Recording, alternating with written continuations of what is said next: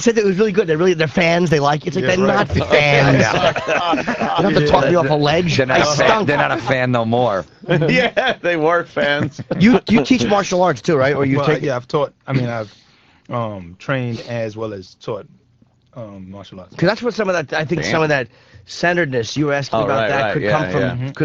I gotta agree because Melvin Williams, he played the Deacon on the show.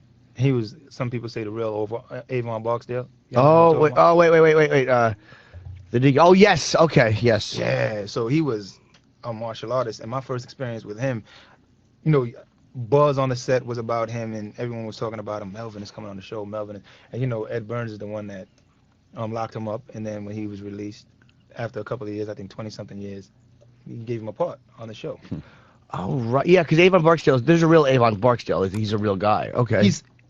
Yeah, but Melvin basically had Baltimore locked in regards to, like, drugs and everything, right?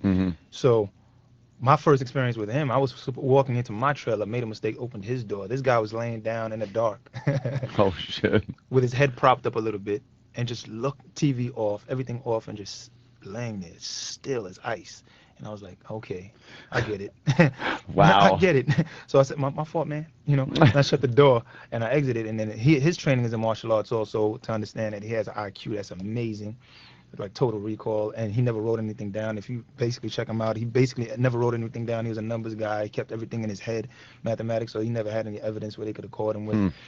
The guy that played the preacher who was trying to get money, the guy who the preacher in that show was a drug dealer in real life? The Deacon. The Deacon, yeah. Yeah, he was heavy in the game.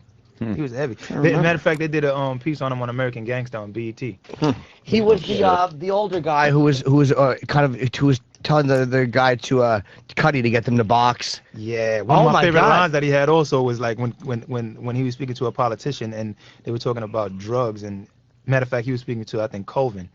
He was talking about drugs. He was like, trying to stop drugs is like sweeping leaves on a windy day. That was one of my favorite lines. Yeah, it's a great line. Yeah, it's like, it's difficult, you know. What martial arts do you take? Karoshi Do, Shotokan. And that's Japanese? I heard Shotokan, and I'm like, is that Japanese? It is. That was more of a guess than knowledge. Shotokan just sounded Japanese. How long have you been taking it? Man, I was training for at least 8 years. Are you a black belt? Brown. Brown? Yeah. Do you watch MMA? But don't fuck with Man, them. I love MMA, but I will not get in the ring with these guys. These guys, this is like life and death in there. Yeah, it might not come out. Man. Yeah, they really are.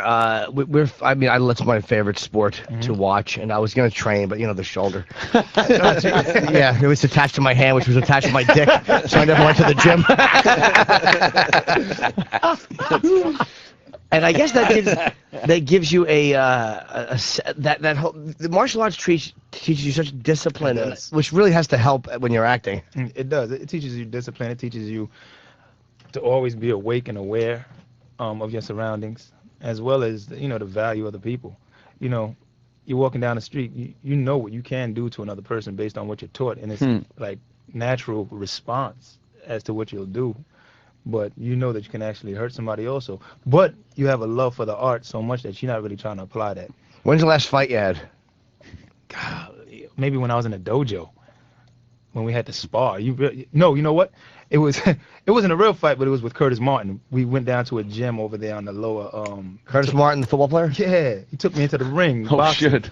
we basically tapping around, and he turned me onto it, and I realized my wind was down. Can he box? Yeah, he's nice. Yeah, he got gifts. What were you like after a few minutes? You're like, fuck. I was like, golly, I'm lost. My shoulders, like, boxing and martial arts are different. Martial arts, you get a chance to lose your legs, your hands. But in boxing, it's just basically your hands. So I'm seeing various ways to actually open them up with a kick. But no. I can't use it, though. No. It's just the hands. But yeah, he's amazing. To hear from a lot of boxers or guys getting into boxing is the hardest part is holding those goddamn gloves up for the round. Your shoulders turn to bricks.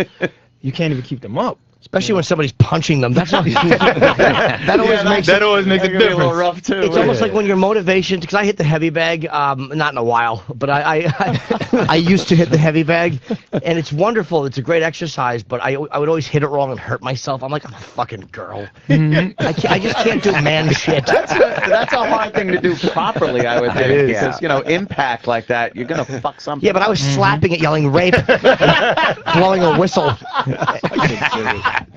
Jimmy rules. God damn you. You're so... We gotta make sure that people know about his movie. Yes, We're obsessed with The Wire, as you can see. I appreciate that, man. I'm glad we did what we did. They never shy away from it. I love that too. Like on Twitter, we appreciate that. Jamie Hector, just at Jamie Hector on Twitter, like him or Michael, they never shy away. Not like and they go were on Super Train. It's a good show. No, but a lot of actors move like, well, that was then, this is now. But these guys we embrace do that the all roles. the time. Right, move on. And, No, I'm sorry. No, I was gonna say it's nice to see guys not, Yeah, well, they know it was good. I mean, if you do the job Work also. you're proud of, yeah. Yeah, and people love the work. Yeah. Thank you. You ever have to shake off a role? Because I know some actors have to, it really affects them doing it. And if you do, that's fine and dandy. But I always thought it was kind of like, really? You got to shake that off? You got so deep into it? I think you probably would have to shake off a role when you don't even realize that you are doing what the character has done.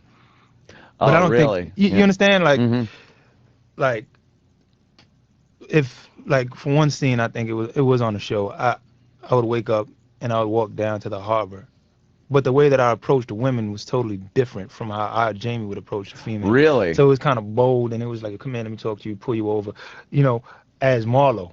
Right. So you're thinking what the fuck are you doing? Yeah. So now if you really think that afterwards the cameras are off and you need not research that character anymore, and you still walk out and you still try to do that, then you basically didn't shake off the role. But I don't think it's something that truly damages a person. Yeah, because just a lot of times, unless she's dating a real drug dealer who sees that. A lot of times it's usually an actress that I've seen do this, where they talk about how it took them so long to get out of the role, and it's like, well, didn't that ruin Nicholson's first marriage, or one of his marriages, More Flew Over the Cuckoo's Nest? Yeah. Oh, really? Supposedly brought that character home, and he just destroyed his family. Because you tend to, I think you'll... It's a fun guy to take home. Randall P. McMurphy.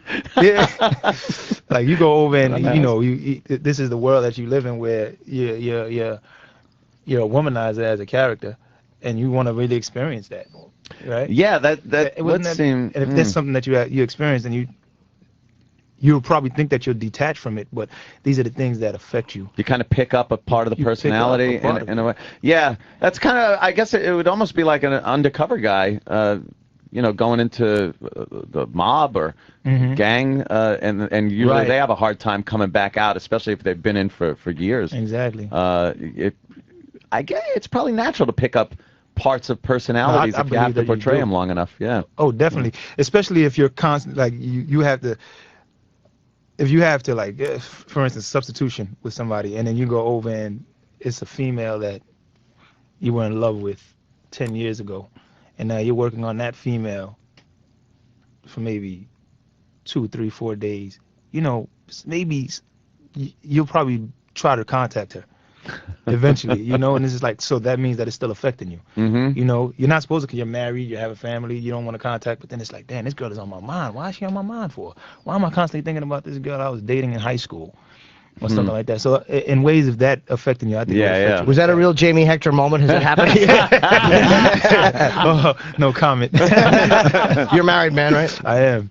Kids? Happily, yes. How old? 16 months. Oh, okay. Yeah. These guys just became fathers in there. Yeah. Congratulations, Panicking. man. That's why the tired faces. Listen, there's a website, guys, that I heard about that teaches men how to actually step into this world. Really? Becoming a father. Yeah, man. I never used it, but Never I'm go to that freestyling. one. I always go to porn. Yeah. What website? Yeah. SubmitYourExGirlfriend.com. Every website I go to shows you what not to do. What's that, Jim? No, I'm sorry. I was doing another porn joke. What a shock. The movie we do have to plug the movie. It's got 80% positive critic reviews on Rotten Tomatoes. Great. And again, I kill critics, but when they all agree that something is good, it's usually very good. Something's going on with the flick, right? It premieres tomorrow. It comes out some premieres tomorrow. What a fucking what a non-fucking showbiz person I am. You can be okay Why with are you beating yourself for up? 10 minutes. Because I'm accurate when I say something stupid.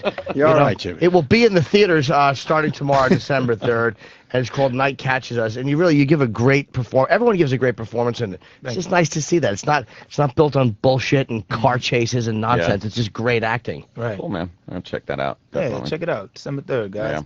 Nice. All right, we Why don't we get the fuck out of here? What about Florentine? we have to do all the plugs, right? Plug Florentine, plug come your on. shit. Shill your wares. Yeah, Uncle Vinny's Point Pleasant Friday, December 10th. Go to jimflorentine.com, and then Vegas, Kansas City, and Atlanta in January. And I have the Wilbur Theater in Boston. I'm doing in May 18th. Tickets go on sale tomorrow at noon. I guess at Wilbur Theater Boston, ticketsales.com. I have no idea what the fucking website is. It's easy to find. And the Borgata January 16th show sold out. January 15th Saturday show goes on sale tomorrow morning at 10 a.m. It's myself, Bill Burr, Dave Attell, and Jim Brewer. So if you could not get tickets for the first show, this one will hopefully sell out as well. See, he's a big star there, Jamie. Oh, man, amazing. I'm hosting a show of great acts. No, see, then he has to do that to himself. He's got to Then shit he on has to do himself. No, that. I'm okay. I don't No, know. when you came out to me at the what was it? Bored to Death, yeah. Bored to Death. I went back to the party and Jim didn't come. And the director, the creator of the show, Oh, Jonathan. he's the one that told me about you. He's like, yeah, Jim.